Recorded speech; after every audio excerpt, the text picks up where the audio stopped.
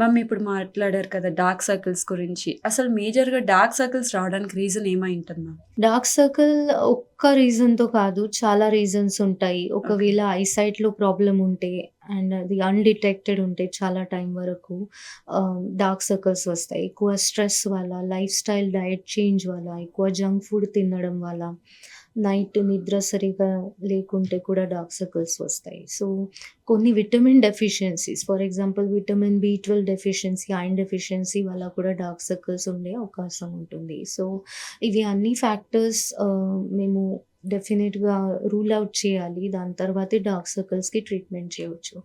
యాక్చువల్‌గా ఏంటంటే dark circles మీకు ఉంటే స్కిన్ లాక్సిటీ ఉందా? లేదా యాక్చువల్ పిగ్మెంటేషన్ ఉందా? అది తెలుసుకోవాలి. అది ఇంపార్టెంట్. సో, ప్రెజెంట్ చాలామంది ఐబ్రోస్ కూడా వాళ్ళు టెంపరరీ ఐబ్రోస్ చేయించుకుంటున్నారు. టింటింగ్ అనేది చేయించుకుంటున్నారు.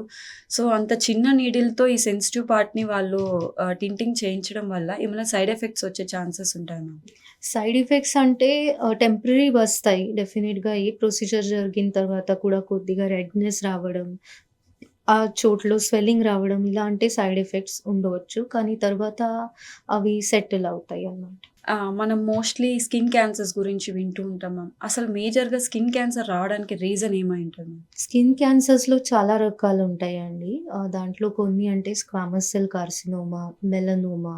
స్క్వామస్ సెల్ కార్సినోమా యూజువల్‌గా కామన్ స్కిన్ క్యాన్సర్. మెలనోమా అయితే రేర్ స్కిన్ క్యాన్సర్. యూజువల్‌గా ఈ స్కిన్ క్యాన్సర్స్ అయితే ఫ్యామిలీ హిస్టరీ, జెనెటిక్ రీజన్స్ వల్ల వస్తాయి. లేకుంటే సన్‌లైట్ ఎండకి ఎక్కువ ఎక్స్‌పోజర్ అయిన తర్వాత కూడా ఉండడానికి ఛాన్స్ ఉంటుంది. అంటే ఎక్కువ మన ఆర్టిస్టుల్లోనే వింటూ ఉంటాం మ్యామ్ స్కిన్ క్యాన్సర్ గురించి. బికాజ్ అంటే వాళ్ళు ఎక్కువ కాస్మెటిక్స్ యూజ్ చేయడం వల్లనే మనకి స్కిన్ క్యాన్సర్స్ వచ్చే ఛాన్సెస్ ఉంటాయా? దాంట్లో ఉన్న కొన్ని కెమికల్స్‌తో ఒకవేళ స్కిన్ క్యాన్సర్ అవ్వడానికి ఛాన్స్ ఉంటుంది. కానీ genetic history, UV light exposure అనేది మెయిన్ రీజన్స్ అండి. సో, చాలా మందికి ఫేస్ మీద గానీ, స్కిన్ మీద గానీ అక్కడక్కడ వైట్ కలర్ స్పాట్స్ అయితే కనిపిస్తూ ఉంటాయి మ్యామ్. అది ఎందుకని చెప్పేసి కనిపిస్తూ ఉంటాయి? అవి ప్రాపర్ తెల్ల మచ్చలుంటే దానికి మేము విటిలైగో అంటాం. ఓకే. విటిలైగో అంటే ఒక ఆటోఇమ్యూన్ డిసీజ్. కానీ తెల్ల మచ్చలకి వేరే రీజన్స్ కూడా ఉండొచ్చు. ఒకవేళ సన్‌లైట్ ఎక్స్‌పోజర్ ఎక్కువ అయిన తర్వాత అలర్జిక్ రియాక్షన్ వచ్చి తెల్ల మచ్చలు రావచ్చు. చిన్న పిల్లల్లో ఫేస్ మీద వైట్ స్పాట్స్ అవును. కనిపిస్తాయి. అవి విటమిన్ డెఫిషియన్సీస్ లేకుంటే డ్రై స్కిన్ వల్ల వస్తాయి. దానికి పిటీరియాసిస్ అల్బా అని అంటాము. కానీ ప్రాపర్ మిల్కీ వైట్ అనేసి తెల్ల మచ్చలు వస్తే అది విటిలైగో ఉండొచ్చు. దానికోసం ప్రాపర్ డయాగ్నోసిస్ కోసం మీరు డెర్మటాలజిస్ట్ దగ్గరికి వెళ్ళాలి. కన్సల్ట్ అయిన తర్వాత ఒకవేళ విటిలైగో అని చెప్పేస్తే అది ఒక ఆటోఇమ్యూన్ డిసీజ్ అనమాట. అంటే బాడీలో పిగ్మెంట్ ప్రొడక్షన్ జరుగుతుంది. ఒక మెలానోసైట్ అనేది సెల్ ద్వారా. ఆ సెల్ డ్యామేజ్ అవుతాయి. దానివల్ల వైట్ పిగ్మెంట్ వస్తది. పిగ్మెంట్ ప్రొడక్షన్ ఆపిన తర్వాత ఇలా వైట్ పిగ్మెంటెడ్ ప్యాచెస్ వస్తాయి. సో, ఆటోమేటిక్‌గా వస్తాయి. ఏ ఏజ్‌లోన ఈ డిసీజ్ స్టార్ట్ అవ్వచ్చు. ఓకే. దానికి ఫ్యామిలీ హిస్టరీ అని ఒక ఫ్యాక్టర్ ఉంటుంది. కానీ అందరికీ పేరెంట్స్‌కి ఉంటే మాత్రమే పిల్లలకి వస్తుంది గ్యారంటీగా అట్లా కాదు. ఒక 10-15% వరకు ఛాన్సెస్ ఉంటాయి రావడానికి. అది రాకుండా ఉండడానికి మనం ఏమైనా కేర్ తీసుకోవచ్చా మ్యామ్ కంట్రోల్ చేయడానికి కానీ? దానికి ఏమీ ప్రివెంటివ్ ఆప్షన్స్ అయితే లేదు. ఓకే. ఒకవేళ మీ బాడీలో ఆ జీన్స్ ఉంటే వచ్చే అవకాశం ఉంటుంది. ఇంకోటి ఫ్యామిలీ హిస్టరీ ఉంటే స్ట్రెస్ వల్ల కూడా వచ్చే అవకాశం ఉంటుంది. సో, సీజన్ చేంజ్ అయ్యే కొద్దీ కూడా చాలా మందికి స్కిన్ మీద ఇచ్చింగ్ రావడం కానీ, లేకపోతే చిన్న చిన్న పింపుల్స్ కానీ అవి చూపిస్తూ ఉంటాయన్నమాట. సో, దేనికొస్తాయి మ్యామ్ మోస్ట్‌లీ? సాధారణంగా వాతావరణం మారినప్పుడు స్కిన్ మీద చాలా అనేది సైడ్ ఎఫెక్ట్స్ కానీ, ర్యాషెస్ వస్తాయి. ఆ ర్యాషెస్‌కి రీజనం ఏంటంటే మీ స్కిన్ మీద ఒక ప్రొటెక్టివ్ లేయర్ ఉంటుంది. టాప్ మోస్ట్ అప్పర్ లేయర్‌లో ఓకే. ప్రొటెక్టివ్ బ్యారియర్ అనేసి. ఆ ప్రొటెక్టివ్ బ్యారియర్ డ్యామేజ్ అయిపోయి చాలా వీక్ అయ్యి ఇలాంటి ర్యాషెస్ వస్తాయి. ఫర్ ఎగ్జాంపుల్ కోల్డ్ వెదర్‌లో చాలా డ్రై ఎయిర్ ఉంటుంది. దానివల్ల కూడా స్కిన్ మీద ఇచ్చింగ్ రావడం, రెడ్ ర్యాషెస్ రావడం జరుగుతుంది. సో, చాలా మందికి ఫుడ్ పడకపోతే కూడా ఇమ్మీడియేట్‌గా స్కిన్ మీద పింపుల్స్ అవి వస్తూ ఉంటాయి మ్యామ్. సో, అది ఎందుకై ఉండొచ్చు? అంటే అదేమన్నా సీరియస్ ఇష్యూగా తీసుకోవచ్చా మనం? ఫుడ్ పడకపోతే అంటే జంక్ ఫుడ్ ఎక్కువ తినడం వల్ల, లేకుంటే ఎక్కువ మిల్క్ మేడ్ స్వీట్స్ గానీ, ఆయిలీ ఫుడ్ ఐటెమ్స్ తినడం వల్ల కూడా పింపుల్స్ వస్తాయి మామూలుగా. ప్రెజెంట్ మార్కెట్‌లో గూడా మనకి different types of swords available ఉంది. సో, చాలా మందికి తెలీదు ఏ సోప్ యూజ్ చేయాలి అని చెప్పేసి. ఇన్ జనరల్‌గా మనం ఇప్పుడు యూజ్ చేసే Santoor or else some brand సోప్స్‌ని ఫారెన్‌లో అవి వాళ్ళు టాయిలెట్ సోప్స్ లాగా యూజ్ చేస్తూ ఉంటారు. సో, ఇప్పుడు మనకి ఆ సోప్స్ యూజ్ చేయడం వల్ల గూడా చాలా డ్రై అయిపోతూ ఉంటుంది స్కిన్. నార్మల్‌గా మన స్కిన్‌కి ఎలాంటి సోప్ మంచిది మ్యామ్? మీ స్కిన్‌కి ఏ సోప్ బెటర్ అనేది మీ స్కిన్ పీహెచ్ మీద డిపెండ్ అవుతుంది. ఓకే. మామూలుగా మీ స్కిన్‌ది పీహెచ్ ఉంటుంది 5.6 టువర్డ్స్ యాసిడిక్ సైడ్ అనేసి. ఓకే. చాలా మార్కెట్‌లో వచ్చిన సోప్స్‌కి 8 వరకు పీహెచ్ ఉంటుంది. సో, ఆ ఓకే. పీహెచ్ డిఫరెన్స్ వల్ల మీ స్కిన్‌లో ఉన్న వాటర్ తగ్గుతుంది. ఓకే. దానివల్ల ఆ సోప్ సూట్ అవ్వకుండా మీకు చాలా స్కిన్ మీద డ్రైనెస్ వస్తుంది. సో, మీరు ఏ సోప్ వాడతారనేసి మీ స్కిన్ పీహెచ్ మీద మెయిన్‌లీ డిపెండ్ అవుతుంది. సో, మామూలుగా అయితే మాయిశ్చరైజింగ్ సోప్స్ వాడడం బెటర్. స్పెసిఫిక్‌గా డ్రై స్కిన్ కోసం. అంటే చాలా మంది డాక్టర్స్ కూడా చెప్తూ ఉంటారు. హై ఫ్రేగ్రెన్స్ ఉన్న సోప్స్‌ని అవాయిడ్ చేసేసేయండి యెస్. అని చెప్పేసి. Main reason exactly. ఏమైండొచ్చు మ్యామ్ దానికి? ఫ్రాగ్రెన్స్ ఉంటుంది కెమికల్స్ వల్ల. సో, ఆ ఫ్రాగ్రెన్సెస్ వల్ల అలర్జిక్ రియాక్షన్, ఇరిటేషన్ అయ్యే ఛాన్సెస్ ఎక్కువ ఉంటాయి. దానివల్ల స్కిన్‌కి ఇబ్బందిగా అవుతుంది. సో, అలాంటిది సోప్స్ అవాయిడ్ చేయడం బెటర్. సో, మనం చూస్తూ ఉంటాం ఇచ్ గార్డ్స్ వస్తూ ఉంటాయి. సో, ఇచ్ గార్డ్ రావడానికి స్కిన్ మీద మెయిన్ కాజ్ ఏమైండొచ్చు మ్యామ్? అంటే ఫంగల్ ఇన్ఫెక్షన్ లేదా రింగ్ వార్మ్‌కి బేసిక్‌గా స్కిన్ లో ఎక్కువ మాయిశ్చర్ ఉండడం, లేదా చెమట ఎక్కువ రావడం అనేసి కొన్ని పేషెంట్స్‌కి జెనెటిక్ హిస్టరీ కూడా ఉంటుంది. మళ్ళీ ఓకే. మళ్ళీ వాళ్ళకి ఫంగల్ ఇన్ఫెక్షన్స్ రికర్ అవుతాయి. కొంతమందికి ఇమ్యూన్ సిస్టమ్ వీక్ ఉన్నవాళ్ళ డయాబెటిస్ కానీ, క్యాన్సర్ ఇలాంటి పేషెంట్స్‌కి ఫంగల్ ఇన్ఫెక్షన్స్ రికర్ అవుతాయి. అంటే మళ్ళీ మళ్ళీ వస్తాయి. సో, అది రాకుండా కంట్రోల్ చేసుకోవాలంటే ఎలా చేసుకోవచ్చు మ్యామ్? అంటే బాడీ స్కిన్ కొంచెం డ్రైగా ఉంచేయాలి. స్పెసిఫిక్‌గా ఫోల్డ్స్‌లో చెమట ఎక్కువ వస్తే డ్రై కాటన్ క్లాత్‌తో వైప్ చేయాలి. తర్వాత ప్రిఫరబుల్లీ కాటన్ క్లోత్స్ వాడాలి. ఇలా అంటే మామూలు ప్రికాషన్స్ తీసుకుంటే ఫంగల్ ఇన్ఫెక్షన్స్‌ని ప్రివెంట్ చేయొచ్చు. పర్సనల్ హైజీన్ మెయింటైన్ చేయాలి. ప్రెగ్నెన్సీ టైంలో ఒక వుమెన్‌కి ఎలాంటి స్కిన్ ఇష్యూస్ వస్తాయి?